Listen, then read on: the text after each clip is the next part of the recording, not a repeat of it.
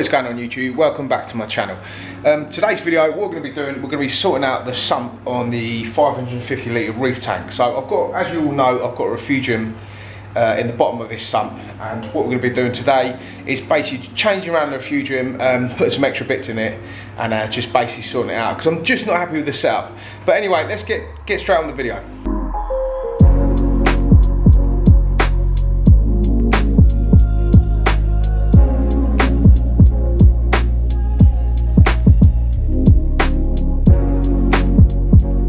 Before I start the video, I just want to show you the monster tank and how hungry all the fish are today.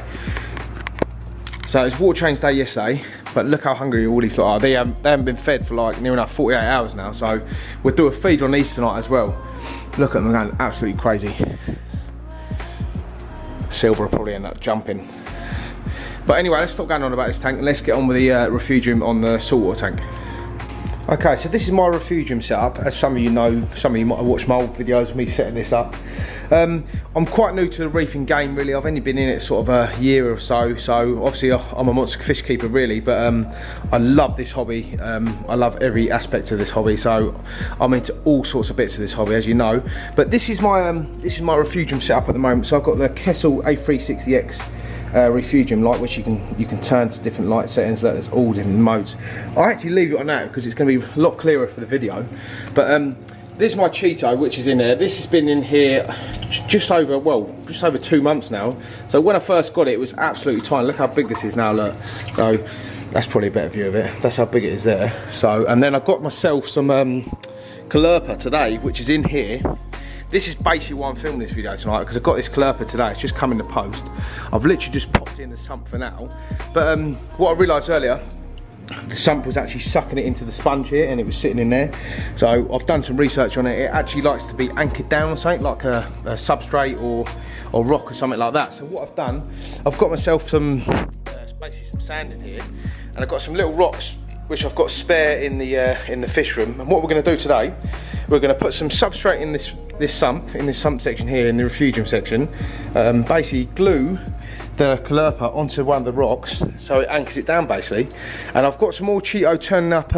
It should be here by the end of the week as well, so I'm going to pop that in there. And then hopefully the sump, well, keep going about the sump, the Refugium will be nice and set, and loads of bits in there for filtering phosphates and nitrates and stuff. But anyway, let's get the stuff out of the bag and let's get on with it.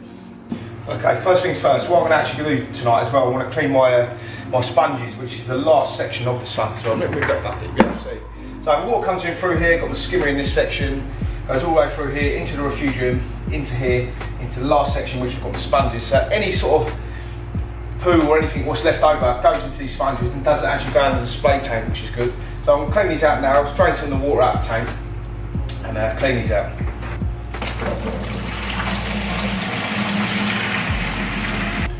Okay, so I drained about 3 litres out of the tank. What I'm going to do as well, I've got my Cheeto here and I'm going to give it a little shake out there, because obviously there's been a little bit of algae actually growing on the Cheeto. So that's what the Cheeto looks like. So it's quite big. So let's give it a little shake off in here.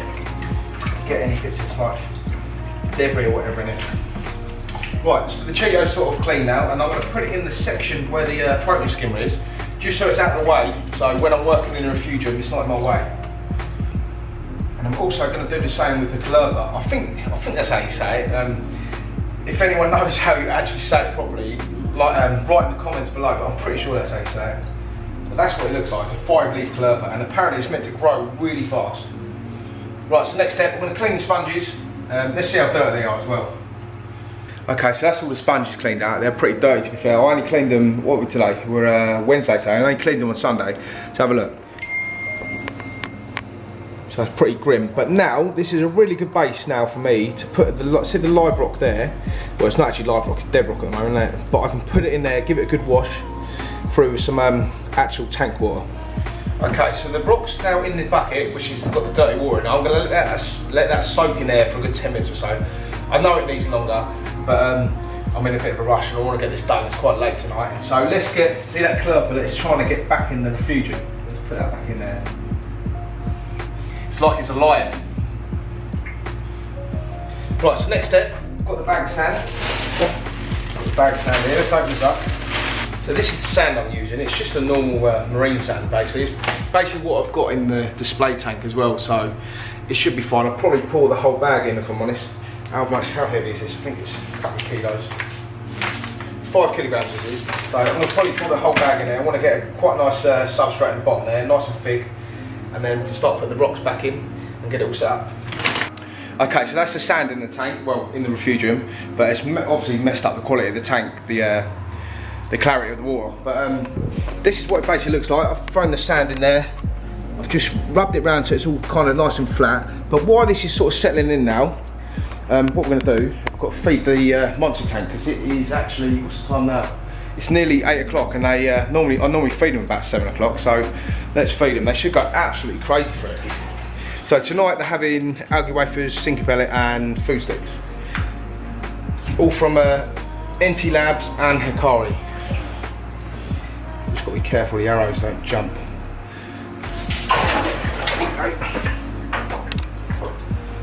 You see the hungry Oscars, they go mad for it. Datnoids are coming out of their caves as well. There's Jamie's Datnoid that he gave me there. And there's my one that's back there. But anyway, I might as well do a bit of a shout out while I'm here as well. Jamie, who I got my Datnoid off, who's got my Tormentis bass, he's got his own YouTube channel now. So go follow him. He's called Aquarium Monster Hearts UK. So go and follow him. He's got some, as some of you know, he's got some amazing fish. He's got my 2 old Tormentis bass, which are just growing like crazy.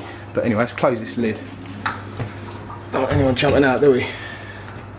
But there's the Oscars, they just go around feeding all day. The Asian's been a bit picky at the moment. He's only eating sort of frozen food, so I need to get him back on the pellets. They go through stages like this, the Arowanas, the Asian Arowanas. They're a bit quite a fussy fish, but I'll get him back on the pellets soon. If not, I'll change about his food, look for something different. But he's going mad for like the whitebait and prawns and mussels and stuff like that, so I'm not worried at all.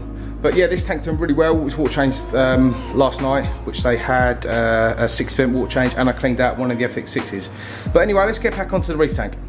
Okay, so the water clarity is still pretty bad. I'm not too fussed about that. But anyway, what I've done, I've drained a bit more water out of the tank as well, and put the rock in there as well. So this is just basically, actually, let me show you. So it basically looks like this at the moment. This is all muck and poo, whatever you want to call it. It's sitting in the rock at the moment. Trying to get some live bacteria growing on this rock. Obviously it's going to take a while, but this is sort of speeding up the process. But anyway, let's get out that Cheeto, start putting all the stuff back in the Refugium. Okay, so I'll put the Cheeto and the Clerpa in there now. What I'm going to do now, I've got one of the rocks out of the bucket here. I'm actually going to super glue the Clerpa to the rock. A lot of people use strings and stuff, but I've used this on freshwater tanks as well. I use super glue at work all the time. It's safe for reefs and stuff, so what we do, just glue it to this rock and put it in there, and then it should eventually attach itself to this rock, because look how porous this rock is. Now there's 2 ends to this. There's that end there which looks like a bud, and there's that end there which kind of looks like a root. So I'm going to go for gluing this end here onto that rock, so the plant will basically sit up like that. It looks like sea kelp, well, it basically is, isn't it? That's how it looks like. So let's glue it onto the rock. Okay, so it's glued onto the rock. That's what it looks like at the moment. So it's nice and dangly.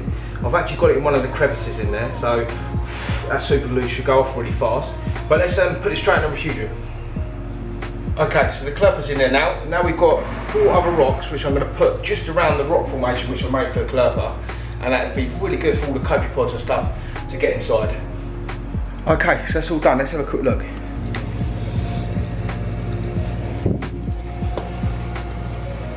So this is what it looks like at the moment. I've got my Cheeto down there, which is just sitting at the bottom. It does sort of tumbleweed round normally, and they've got the Clerpa just on the bit of rock there. So, and then I'll put the other rocks around it, which should help it grow. So eventually this will be a big old Clerpa basically. But that's what the Refugium looks like at the moment. All this stuff on the side, see all this, it grows all the time.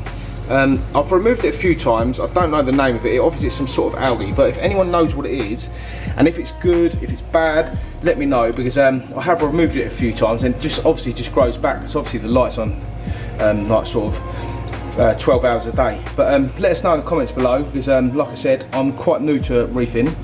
But let's turn the light back onto the normal setting. So obviously you've got blue on this light, you've got grow, which is on there, You've got this really pinky light, then you've got normal light. Oh, that's a better view. There you go. I'll show you that now.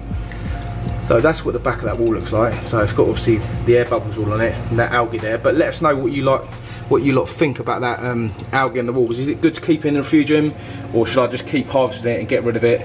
Yeah, but just let us know. And normally, what I keep this on, the intensity full, and then I keep the light setting just on this setting here. See, so that's just sort of daylight, and then I come round just a couple of turns, and it goes sort of pinky purple. But anyway, that's basically it on my refugium. Hoping this is going to do really well now, removing phosphates and nitrates. There's the clam from the other video, which is got a lot bigger. It's only been like a week or so since I've owned it, but it's got a lot bigger. But I'm sorry I can't really show you the tank at the moment. I just messed it up putting all that sand in. But anyway, like and subscribe to the channel, ding the notification bell. Thanks for watching as always. Keep it real, everyone.